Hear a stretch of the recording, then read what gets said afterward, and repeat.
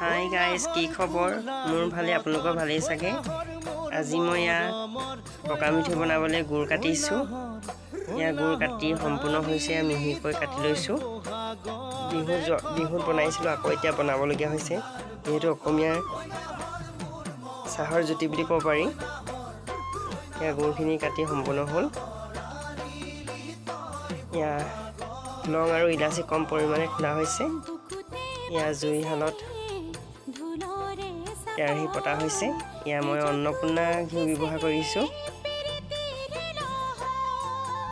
ইয়াত চৰুত ঘিউ দিছোঁ। তাৰ পৰা এতিয়া গুড় দিব লাগিব। গুড়কণ অকণমান গলাই লৈছোঁ। ইয়াৰ গুড় কেৰাহীত দিছোঁ।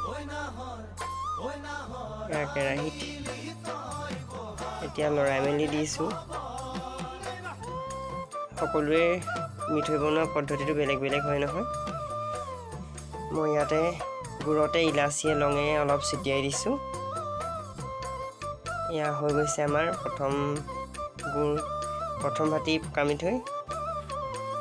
ইয়াৰ গামলাতে এনেকৈ হেৰি কৰি লোৱা হৈছে। আমাৰ চৰুত বনোৱা নহয় পিছে, আমাৰ এতিয়া সনা হৈছে। তাৰ পৰা এয়া মিঠৈ তৈয়াৰ হৈছে। এয়া আমাৰ ৰাজশ্ৰীয়ে মিঠৈ বনাইছে।